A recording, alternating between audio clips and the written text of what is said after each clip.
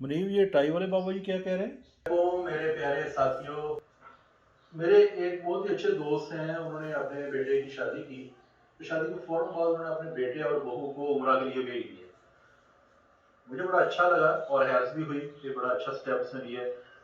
तो कुछ इस्लामी मालिक में तो ये बाकायदा एक रवायत है, रस्म है कि वो बच्चों की शादी होते ही उन्हें उम्रा पे भेज देते हैं, या अगर हज आ रहा हो तो हज पे भेज देते हैं। ये बेस्ट अल्टरनेट है हनीमून का।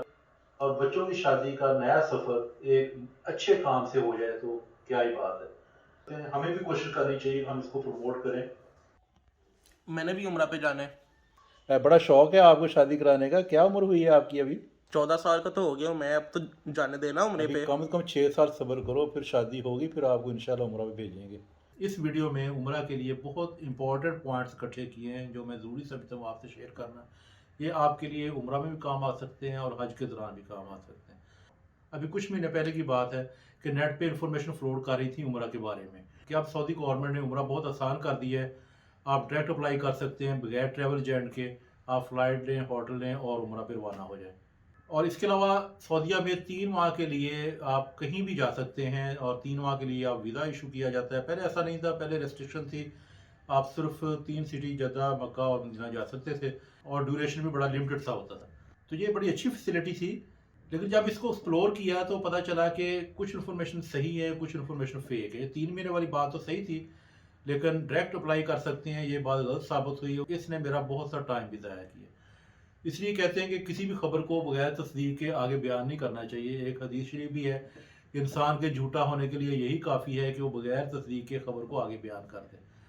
तो सबसे पहले तो हम वादा करें कि मैं और आप आइंदा बगैर तहकीक के किसी भी खबर को आगे मैसेज नहीं करेंगे। सबसे पहले तो कोशिश करें कि आप अपने इर्द गिर्द जो भी रिसेंटली उम्रा पे जा चुके हों उनसे रब्ता करें, क्योंकि सऊदी गवर्नमेंट आए दिन रूल तब्दील करती रहती है। तो बेहतर है कि हम लेटेस्ट अपडेटेड इन्फॉर्मेशन लेके आगे चलें। और साथ ही आप ट्रैवल एजेंट से भी रब्ता करें, क्योंकि जब मैंने एक्सप्लोर किया नेट से तो सऊदी एम्बेसी वेबसाइट पे गया, लेकिन वहाँ भी बेशुमार वेबसाइट फेक बनी हुई हैं जो आपको मिस गाइड करती हैं। बड़ी मुश्किल से ओरिजिनल वेबसाइट तलाश की और जब वहाँ से देखा तो अनफॉर्चुनेटली वहाँ भी कोई काम की इंफॉर्मेशन वीज़ा के बारे में और उम्रा के बारे में मुझे नहीं मिल सकी। तो अल्टीमेटली पता ये चला कि हम सिर्फ ट्रैवल एजेंट के थ्रू ही अप्लाई कर सकते हैं। ये गवर्नमेंट ने ट्रैवल एजेंट्स को कुछ फैसिलिटेट किया हुआ था कि वो लाइसेंस का और ई पोर्टल की सहूलत कोई दी हुई थी, और इसके अलावा कोई इसमें हमारे लिए डायरेक्ट कोई इंसेंटिव हमें नहीं मिला। तो कोशिश करें कि आपको कोई अच्छा ट्रैवल एजेंट मिल जाए जिसकी अच्छी रेप्यूट हो, अच्छा रेफरेंस हो और अच्छी कमिटमेंट हो। आदो ये बड़ा मुश्किल काम है अच्छा ट्रैवल एजेंट मिल जाना। ट्रैवल एजेंट से रब्ता करने के बाद उससे तमाम मालूमात लेने की कोशिश करें। आमतौर पे वो अवॉइड करते हैं, लेकिन आप कंप्लीट इन्फॉर्मेशन लें और उसकी डिटेल भी लें। इकॉनमी पैकेज, वीआईपी पैकेज, उसमें होटल का रेट क्या है, फ़्लाइट का रेट क्या है, वीज़ा का रेट क्या है। वीज़ा के रेट में कुछ कॉम्प्लीमेंट्री सहूलतें भी होती हैं, या पैकेज में कुछ कॉम्प्लीमेंट्री सहूलतें होती हैं जिसका वो बताना भूल जाते हैं या इंटेंशनली नहीं बताते। लेकिन आप खुद उनसे पूछ लें। फॉर एग्ज़ाम्पल मेरी वीज़ा फ़ीस में जिसका मुझे आखिरी दिन पता चला जिस दिन मेरी फ़्लाइट थी, कि उसमें transport through out the stay वो फ्री ऑफ कॉस्ट थी। ये एक बहुत बड़ा इंसेंटिव था जिसका मुझे इल्म नहीं था। वीज़ा के लिए आपको 3 किस्म के डॉक्यूमेंट्स चाहिए। पासपोर्ट 6 मंथ्स के लिए वैलिड हो कम से कम। बाद का ये मंथ बढ़ा भी देते हैं, इसलिए आप लेटेस्ट मालूमात ले लें कि कम से कम कितने मंथ्स के लिए पासपोर्ट आपका वैलिड होना चाहिए। पासपोर्ट की जहाँ पे पिक्चर होती है और उसके साथ जो ब्लैंक पेज है उसकी दोनों की इकट्ठी पिक्चर ले लें। इसके अलावा CNIC की फ्रंट और back digital picture white background के साथ ले लें। वीज़ा का प्रोसेस 2-3 वर्किंग डेज में मुकम्मल हो जाता है। उससे पहले कोशिश करें कि फ़्लाइट और होटल ना बुक करवाएं। लेकिन होटल के बारे में आप booking.com और agoda.com से मालूमात इकट्ठी ज़रूर कर लें कि कौन कौन से होटल करीब हैं। और उसमें यह भी सहूलत है कि आप बगैर कैंसिलेशन फ़ीस के, बगैर सर्विस चार्जेस के, बगैर क्रेडिट कार्ड इन्फॉर्मेशन दिए आप होटल बुक करवा सकते हैं। बहुत से होटल्स हैं जो वो अलाउ करते हैं। आप फिल्टर करके देख सकते हैं कौन से होटल्स अवेलेबल हैं। कैंसिलेशन फ़ीस भी नहीं होती है और आपने ऑन अराइवल पेमेंट करनी है और उसमें कोई रिस्क नहीं है। आप ट्रैवल एजेंट से भी पूछें कि वो कौन से होटल प्रोवाइड कर रहे हैं, आपके पैकेज में कौन से होटल है। पैकेज इकॉनमी और वीआईपी के अलावा कस्टमाइज पैकेज भी होते हैं। आमतौर पे कस्टमाइज पैकेज महंगा पड़ता है, इकोनॉमिकल पैकेज आपको हो सकता है ज़्यादा सूट करे।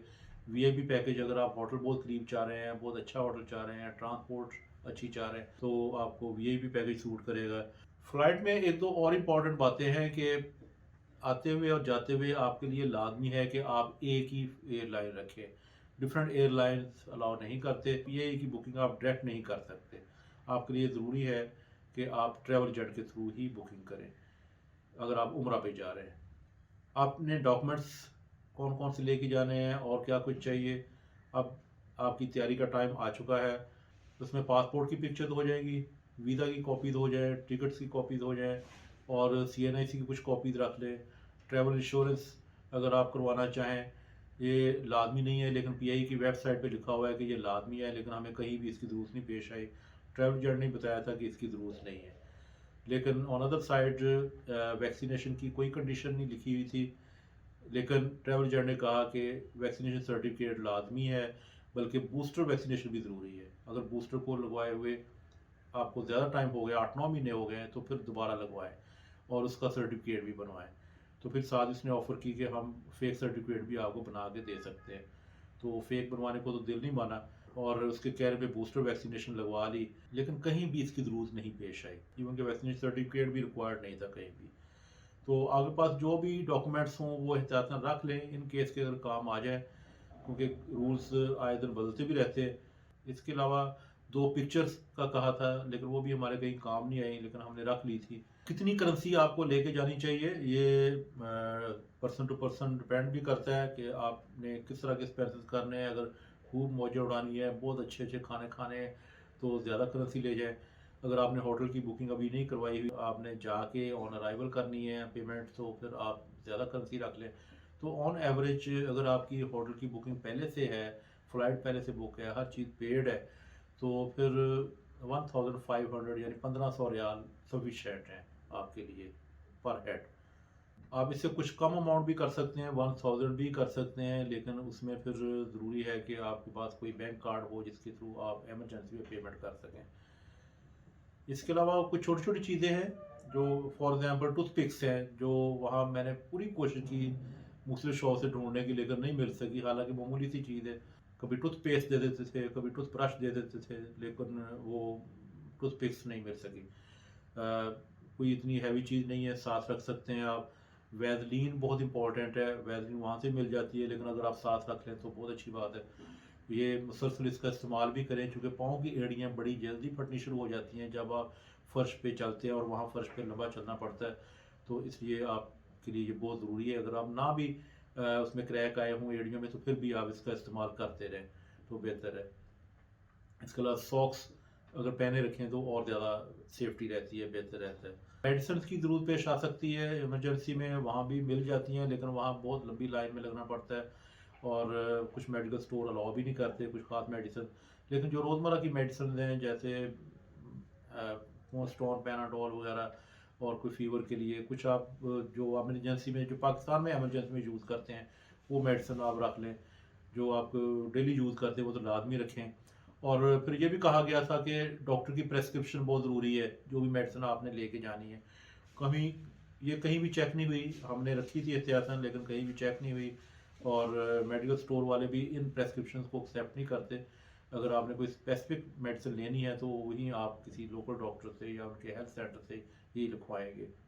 तो नेक्स्ट हम इंशाल्लाह मिलेंगे नेक्स्ट एपिसोड में। मदीना में हमारे साथ क्या एडवेंचर हुआ, क्या क्या मुश्किलात पेश हुई और उनको कैसे हमने डील किया है, ये सब हम इंशाल्लाह आपसे शेयर करेंगे। ओके, अल्लाह हाफिज़, टेक केयर। मदीना एयरपोर्ट से निकले हैं और एक नालायक टैक्सी वाले काबू आ गए हैं, वो हमें एयरपोर्ट घुमाई जा रहा है। फर्स्टली होटल, बैग, फिर